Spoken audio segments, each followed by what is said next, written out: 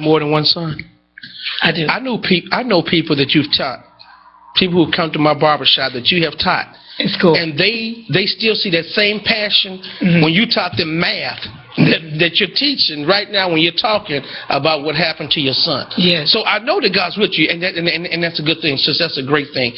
But what encouragement can you give? I guess should have been a better question. What encouragement can you give to, say, for instance, a young lady or a father or mother who has a child that has been, and maybe not as drastic as being in a prison, but maybe a prison of the mind. Sometimes you got graduations right now that's going on, and some kids have not even can't even see themselves going to college because they just see barriers in their way. But then you seem to throw barriers over like they're little midgets.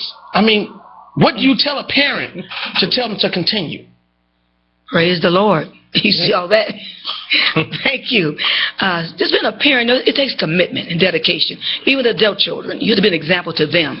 Because they pray for their life, they need to see where they need to be one day. Right. Yes.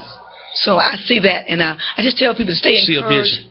I tell them to stay encouraged because when I worked in the school, since almost 23 years, I actually love those kids. I loved them. I didn't like them, but I loved them. Like it's conditional. Gotcha. Like it's conditional. You gonna throw them out the window sometime. Right. Even my own kids. But love is unconditional. Yes.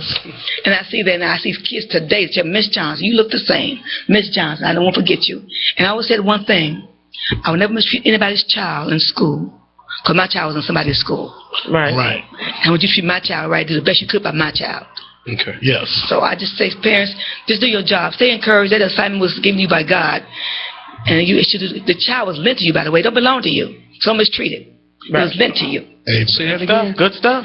The child was loaned To you, yes. Wow. So don't mistreat it. You're listening to Words to Live on IntellectualRadio.com. Yes, you do have to have faith, Delilah Johnson. And in order to have faith, you have to have a picture. You have to see something. With your mind's eye or your spiritual eye has to see something more than what you see in the natural. A dream. Absolutely. You know, in order for you to have faith. So as you said, you see your son coming out. Yes, I do. And as you look over and tap over in the spirit realm and see what you can't see in the natural, as you continue to see it, you will press toward it and you'll have victory. That's what faith is. Amen. And that's what faith does. So we're hoping and we're praying with you that your son, state his name for us, please. We call him AJ. AJ. He's coming out. I see that. I've always saw that, but I didn't want to go through such a long period of torment and frustration, you know. Yes. He didn't deserve that. Right. But I see him coming out. I see him start over. I really do. Yes. And I have developed a compassion for other people who have been incarcerated, who have been wrongfully incarcerated. Yes. And the ones who've been rightfully incarcerated, who've committed a crime, they still should be mistreated. Especially really young people. Right. Yes. In jail. Penal system for correction. If you're going to destroy me, why send me to jail? Let me self-destruct on the street. All right. But my son was kind of a young man that people say they want to see.